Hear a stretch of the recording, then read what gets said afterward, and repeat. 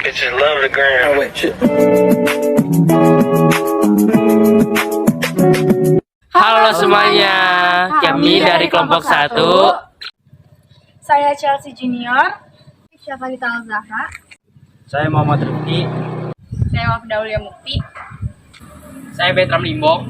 Saya Imran Arifli Kunchoro. Hai guys, jadi hari ini kita mau kemana sih? Ke Masjid Istiqlal dan Gereja Katedral. Oke. Pertama-tama, rute perjalanan dari SMAN 74 Jakarta menuju Masjid Istiqlal dan Gereja Katedral. Pemberangkatan pertama berada pada halte Kebayoran Lama Bungur, menaiki Transjakarta dengan jurusan Lebak Bulus Harmoni. Perjalanan yang ditempuh sekitar 1 jam mengikuti kondisi jalanan, lalu turun di halte Harmoni dan transit ke halte Pasar Baru dengan jurusan Kalideres Pasar Baru.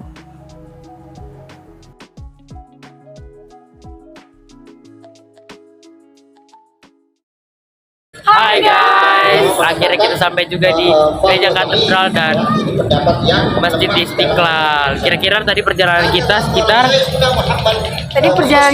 1 jam dari SMAN 74 ke Masjid Istiqlal dan Gereja Katedral. Dan untuk mengetahui isi bangunan dari kedua bangunan tersebut, mari kita lihat video selanjutnya. Cekidot. Jadi, sebelum kita masuk ke dalam bangunannya, terdapat 2 pintu masuk. Yang pertama ada perempuan dan ada laki-laki. Di sana terdapat penitipan barang untuk barang-barang yang tidak ingin dibawa ke dalam masjidnya.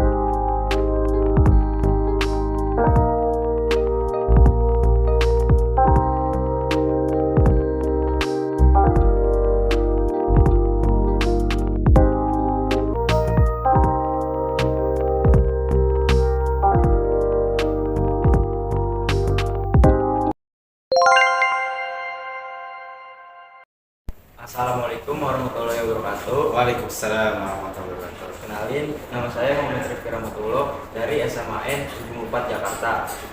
Ingin mewawancari Bapak, mohon maaf, dengan Bapak siapa? Saya Saparwadi. Bapak Wadi. Ya, bagian humas Masjid Istiqlal. Bagaimana sejarah singkat berdirinya Masjid Istiqlal? Masjid Istiqlal mulai didirikan pada tahun 1961 pada masa Presiden Soekarno dan selesai pada tahun 1978 pada masa Presiden Soeharto. Nah, sebelum didirikan, kita tahu bahwa Indonesia ini merdeka pada tanggal 17 Agustus 1945. Namun kita belum benar-benar merdeka karena masih ada penjajahan Belanda setelah kemerdekaan, namanya Perang Kemerdekaan yang ditandai dengan agresi militer Belanda 1-2. Kemudian diakhiri dengan konferensi meja bundar atau KMB di Belanda yang mengakhiri pendudukan bangsa Belanda di Indonesia. Dan itu adalah tonggak di mana Indonesia benar-benar merdeka dari bangsa asing pada tahun 1950. Nah, tahun 1950 itu muncul ide dari pemimpin-pemimpin Islam kita, pemimpin-pemimpin Muslim, untuk mendirikan sebuah monumen kemerdekaan yang berupa masjid. Ya, jadi tidak hanya sebagai monumen kemerdekaan, tapi dia juga akan menjadi tempat ibadah. Artinya bagaimana monumen ini bukan hanya untuk diperingati bangunannya, tapi juga untuk tempat ibadah, mensyukuri nikmat kemerdekaan Republik Indonesia.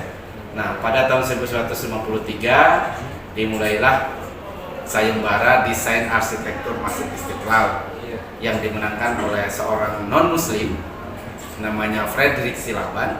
Kebetulan beliau adalah seorang arsitek Indonesia, berasal dari kelahiran Sumatera Utara. Ya, kemudian memenangkan sayembara desain arsitektur Masjid Istiqlal. Nah, inilah hasil desainnya masjid ini yang didesain oleh Pak Fredrik Silaban. Kemudian setelah Pak Fredrik Silaban memenangkan sayembara, dimulailah pembangunan itu pada tahun 1961. Terus gimana sikap Bapak akan toleransi yang terjadi terhadap Masjid Istiqlal dan Gereja Katedral? Kayak kemarin Natal, jamaat katedral memarkir kendaraan di Istiqlal yang di Masjid Istiqlal. Ya, ini Masjid Istiqlal berdampingan dengan Gereja Katedral. Katedral ini lebih tua dari Masjid Istiqlal karena katedral ini dibangun pada zaman penjajahan Belanda oleh kolonial Belanda. Istiqlal ini dibangun pada masa kemerdekaan. Karena itu, tapi itu tidak menutup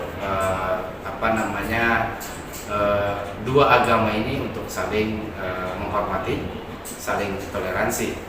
Jadi Istiqlal dan Gereja Katedral itu berdampingan, saling bantu membantu, ya saling mengunjungi, ya saling menjaga harmonisasi.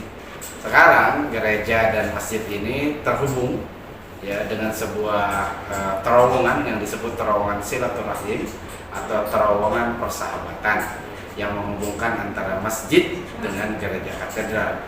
Fungsi utamanya adalah memudahkan kedua jamaah, baik jamaah katedral maupun jamaah masjid untuk menuju ke tempat ibadah masing-masing. Misalnya untuk katedral setiap Sabtu Minggu mereka akan memarkirkan kendaraannya di Masjid Istiqlal, dan itu sudah biasa dari dulu. Dari sejak Istiqlal ini ada, mereka sudah memarkirkan kendaraannya di sini, baru kemudian mereka menuju ke katedral. Untuk sebaliknya, ketika misalnya ada acara besar di Masjid Istiqlal, Idul Fitri, Idul Adha, katedral juga menyediakan parkirnya, halamannya untuk untuk digunakan oleh masyarakat Muslim yang ingin beribadah ke Masjid Istiqlal. Jadi ini sebuah contoh harmoni dari hubungan kedua agama ini. Lalu apa harapan Bapak untuk generasi muda dalam menjaga kerukunan toleransi antar umat agama? Baik, anak-anak muda generasi masa depan Indonesia ini perlu menjaga toleransi atau kerukunan antar umat agama ini. Sebagai contoh, Masjid Istiqlal yang rukun, yang berdampingan dengan gereja katedral, maupun jemaatnya saling menghargai, saling menghormati. Jadi teman-teman generasi muda itu jangan sekali-kali menghancurkan atau merusak apa yang sudah dibangun oleh pemimpin-pemimpin kita dalam menjaga kerukunan antar umat beragama. Bagaimana caranya? Salah satunya adalah menjaga tutur kata kita. Kita tidak boleh cepat-cepat emosi, kita tidak boleh cepat-cepat menjustifikasi orang, hindari kata-kata jelek di media sosial ya, karena teman-teman atau generasi muda sekarang suka bermain media sosial. Jangan cepat-cepat emosi, jangan cepat-cepat membuat kata-kata atau hate speech, ujaran kebencian. Jaga itu. Nah, itulah yang nanti akan membuat bangsa kita makmur, bangsa kita bersatu, ya harmoni. Sebab kalau nanti terjadi hal-hal yang tidak diinginkan, perang dan sebagainya, kita tidak bisa sekolah, kita tidak bisa ke pasar, tidak bisa beribadah. Nah, itu berbahaya bagi kita. Nah, ini adalah Istiqlal dan katedral ini adalah contoh dari bagaimana menjaga harmoni dan toleransi itu, dan perlu dijaga oleh teman-teman generasi muda masa depan.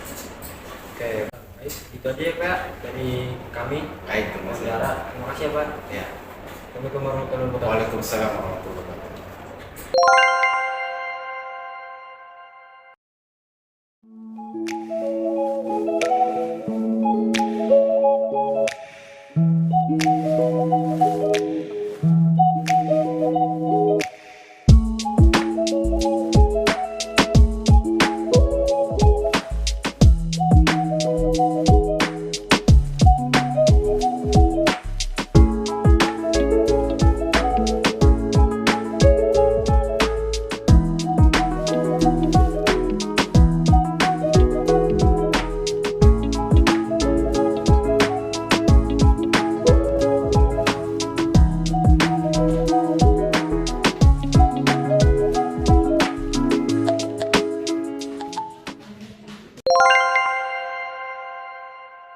Selamat siang, saya Ibrahim Arifin dari SMA N74 Jakarta.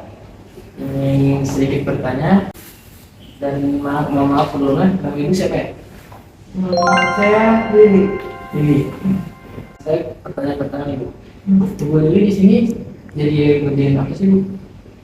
Saya jadi bagian dari museum. Museum ya.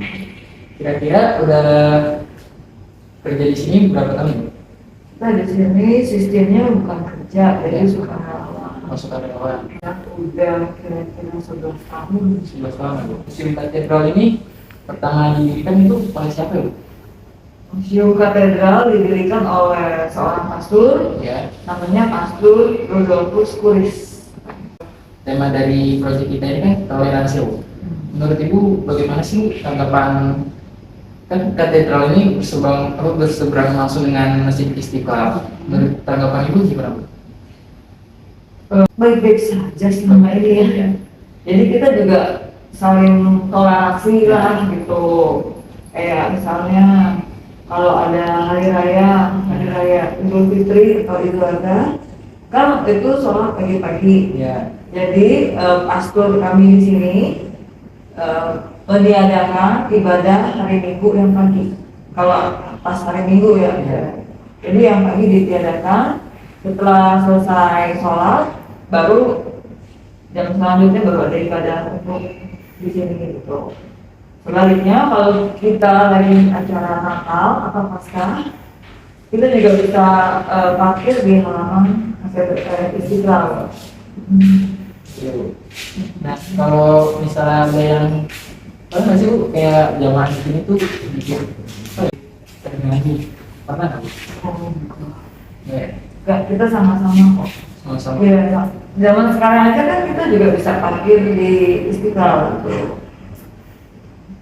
Kalau untuk kayak siswa kayak kita gini masuk museum itu kira-kira dibayar atau membayar atau Masuk museum itu gratis untuk umum juga bu? untuk umum dan tidak ada biaya. Dan kalau misalnya ada bu itu kayak masalah misalnya ya kayak kemarin kan sempat tuh ada yang orang muslim itu membangun gereja dan itu sempat nggak sih bu ada terjadinya terguncangan toleransi? Enggak, karena kita kan tahu itu hanya segelintir oknum lah, bukan, jadi nggak bisa dilaksanakan itu. Tetap ada biasanya. Gitu. Itu bu, itu saja yang ingin saya bicarakan dengan ibu. Terima kasih bu sudah meluangkan waktunya. By the way, sekarang kita ada terowongan silaturahmi. Oh, ada terowongan juga bu? Ada menghubungkan halaman katedral dengan halaman Istiqlal. Tapi saat ini belum bisa dikunjungi karena belum diresmikan. Kira-kira diresmikannya kapan? Belum tahu, tergantung Bapak Presiden. Itu aja yang dapat kami sampaikan. Terima kasih bu sudah meluangkan waktunya. Sama-sama. Ya teman-teman, sekian saja atau itu saja yang dapat saya sampaikan. Terima kasih. Oke guys, sekian dari kami. Bye bye.